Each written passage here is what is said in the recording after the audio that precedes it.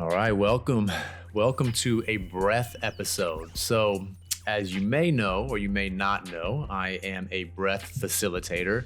I guide different breath control sessions, not only at Spacebar Wellness, but virtually putting together some programs as well. So, when I got introduced to breath, it wasn't really an esoteric introduction.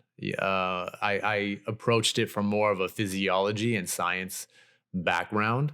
I started using it as a way to work on my fitness. So I've talked about different injuries that I've had in the past, whether it was some back issues, hip issues, whatever it was, right? That really prevented me from working on my fitness from time to time. So in an effort to move the needle forward, I sought out other different modalities that I thought would be beneficial, and we can actually do a lot with the breath. We often talk about it as a autonomic nervous system regulator, so a good way for us to change our state, calm ourselves down.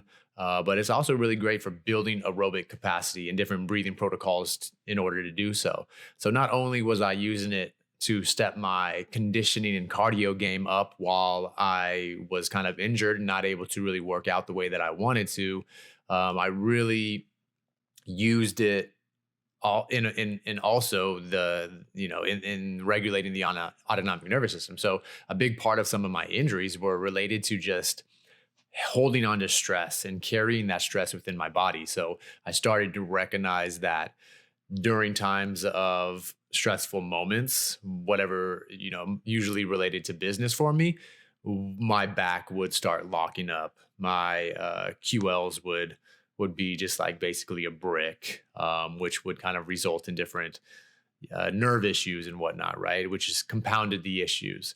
So using the breath in an effort to slide into the parasympathetic state and try to release some of that tension had been a game changer for me. And it wasn't something that just happened overnight. It was just the daily practice, and not not like a dedicated, say, 20 minutes to this practice, just more of like daily awareness to the breath, that any opportunity I thought about it, I would then be able to breathe in a way that would kind of calm myself down. So the breath has been very impactful to me, so much so that, Spacebar Wellness, the bar represents breathe, adapt, and recover. It's kind of at the foundation of our conversations and what we use, not only in the ice baths, but in the saunas, that as a tool to really tap into the recovery state by sliding our nervous system into the parasympathetic rest and digest state. So very impactful. And, I want to share more of that. I want to be able to educate a little bit more in regards to the science behind the breathing. There's been breath work for thousands of years, and some of it just wasn't explained in a way that resonated with me. So seeking out the simple scientifically proven protocols that changes our physiology was what I needed to seek out, and the wording that made it sink into me and ultimately allowed me to adopt it into a daily practice. Otherwise, I thought it was just unattainable and unapproachable and just not something that I was really going to benefit from, because it just wasn't explained to me in a way that made sense. In this episode, we're going to talk a little bit about the science of breathing and what breath actually is. But before we do, let's just bring a little awareness to the breath. Let's tap into kind of what we're feeling in this moment. Again, the power of the breath is that we have this with us at all times. And it's just a matter of bringing awareness to it that allows us to kind of shift this state. So now that we're aware of this, let's take 3 conscious breaths together. So let's go ahead and inhale in, pause at the top, and exhale out. and pause.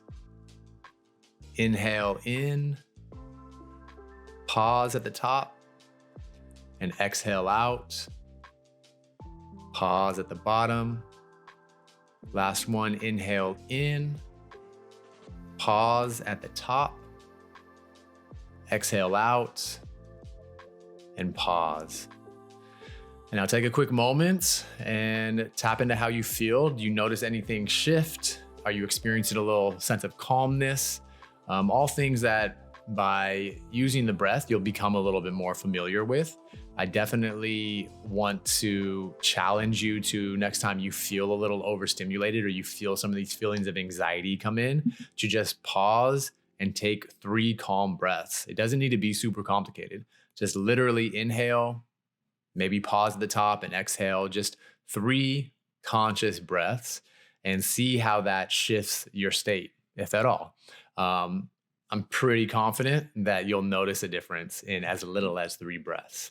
So if you just imagine kind of doing that throughout the day, taking yourself from that sympathetic, stressed out state to a calm state, and you just continue to do this throughout the day. Whenever you bring awareness, imagine just like 10 times throughout the day you do that. You're going to spend a lot more time in this relaxed state. So it's going to be a bit of a game changer. Let's dive into what breath actually is. And in order to do so, we need to take it all the way back. So breath is the one constant that we've had our entire life. Ever since we come out of the womb, we're breathing. We don't stop breathing until we die. So it truly is the one constant, not trying to get morbid, but it is the one thing that we've had constantly occurring ever since we were put on this earth, right? You've eaten thousands of meals, you've slept thousands of nights, and you're breathing literally all day and all night for your entire life. I want to drive that home because it's something that we do not think about. And we don't think about it because it's part of our autonomic nervous system. But on average, you're going to breathe nearly 700 million breaths in your lifetime. And as we mentioned, it's a part of the autonomic nervous system. So most of those breaths, the great majority of those breaths, are going to be unconscious. We're never going to remember it, nor do we really appreciate the impact of that. And that's why I'm trying to drive home the importance of this, because we are humans. We do have this unique ability of awareness. So we can also choose to breathe consciously. And that's where the power is so great once you understand this ability to consciously breathe and override some of these feedback loops that external stressors create, and use the breath as like a little window to kind of hack into that system. It's very powerful. So just like the breath exercise that we started with, you can see the unique power that lies within the breath and its ability to shift our energy. When we breathe with awareness, we can essentially hack that nervous system. So we'll talk a little bit more about that. I tend to just kind of free flow. So I'm not fully sure all that's going to come out, but nervous system regulation, I want you to hang on to that because it's such a big part of what we're talking about. So, conscious breathing, it's medicine, not only for our minds, but for our bodies. And it allows us to regulate the nervous system through this conscious breathing, as I mentioned. So for example, how we can change our breath and manipulate the nervous system is by slowing it down, by speeding it up, by taking in more volume, by doing breath holds. We can use it through our nose, through our mouth, so many different little ways to manipulate the breath that it's going to ultimately allow us to manage stress, anxiety, pain, and just a lot of other issues that we might have going on with our body, right? So what is it that we're actually breathing? We're intaking air, right? But that air is made up of several different gases, and we're in a unique situation. We're on Earth, and Earth is the only planet that we know of thus far that has this this combination of gases that allows us to sustain life. So that's what our ozone is, and it's made up of roughly 78% of nitrogen, 28% of oxygen. 1% of argon and 0.4% carbon dioxide and a few other things. So it's just like kind of this perfect ratio that is just designed to work with us, or we evolved to work with it. But there's a lot of like blood chemistry involved in all of this too. So it's interesting that like our body is so reliant on this oxygen, and it's not even really the most abundant gas in our atmosphere. But it's again kind of this ratio that's important. So too much oxygen to our system is actually toxic. So that's kind of interesting. So why do we even breathe? Everyday functions, literally sitting here in this chair and talking to you, we are metabolizing, and our heart is pumping. We're digesting food. It takes energy to do this, right? So we use oxygen to fuel that, and that exchange happens on a cellular level. The job of the lungs is to provide our body with nourishing gas and to get rid of carbon dioxide, which is it's not just a waste product that gets important for our metabolism and other functions, but we exhale carbon dioxide. So carbon dioxide gets produced by creating this energy. So that's ultimately why we breathe. So breathing, as I mentioned, is a source of medicine, and it's been used for thousands of years. And there has been traditions of breathing practices in pranayama and yoga out of India, and qigong out of China. They're both used as a means to increase vitality and our overall health and well-being. So if you've taken a yoga class before, you've experienced what is a fully developed breath practice of, again, thousands of years, called pranayama. So prana means vital life, and yama means to gain control. So the breath associated with yoga is a system designed to control and improve our life energies and our health. So similarly, in Chinese tradition, the practice of qigong is a mixture of conscious breathing, movement, and meditation, and it's used to increase one's life force. So like prana, the word qi translates to life force, and gong means cultivation or mastery. So qigong also uses the breath to cultivate life force. So that's, again, a little bit not really in my wheelhouse and not the language that I typically like to use.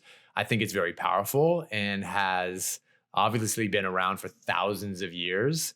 And it's been around for thousands of years because these practices can stimulate our parasympathetic nervous system and our sympathetic nervous system. And by doing so, it has been counteracting stress and overstimulation in our bodies ever, again, thousands of years ago. Whether or not there was that scientific understanding of what it was doing, it was generating results for the practitioners of qigong and yoga. So very powerful, right? So now we're matching some of the science with the tradition. So studies have shown that conscious breathing protocols can really help to decrease stress, improve sleep quality, increase mindful awareness, improve lung function, enhance cognitive performance, and reduce blood pressure. So it's hard to believe that such a powerful tool has been available to us this entire time. And to this day, with a lot of this new awareness, as a practitioner and having this wellness center, so many people don't fully want to grasp the power of this, of the breath, right? So it's often seen as too easy, or there's no way that it actually has that impact. As we wrap up this introduction to breath, I just want you to remember that your breath is the one constant throughout your entire lifetime that's going to be with you. Each breath is a harmonious exchange between the outside environment and our bodies. And in each breath, we pull in oxygen to fuel our bodies. And with each exhale, we exhale carbon dioxide. So what is really cool, and something that I like to reflect on, is that trees and plants do just the opposite. So they use carbon dioxide as fuel, and then they release oxygen as kind of the waste product for us humans and other animals to then breathe back in to fuel our bodies.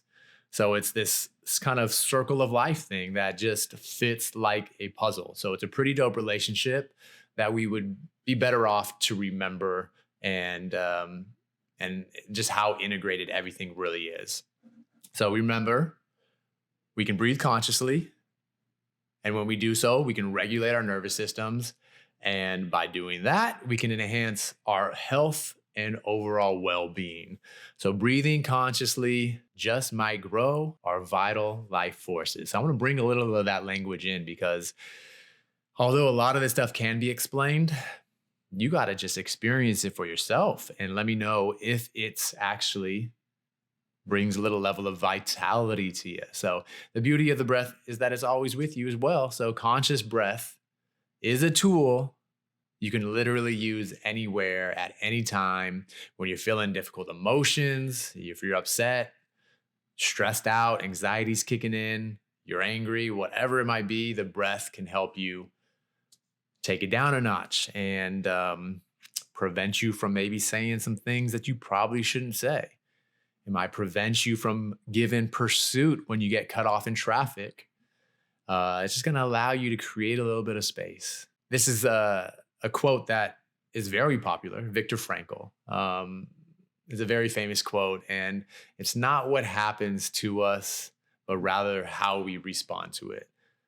So a few conscious breaths can help us calm our nervous system, providing just a little bit of that space that I mentioned so that we can respond in a way that we're proud of versus reacting in a way that our body is default to react, right?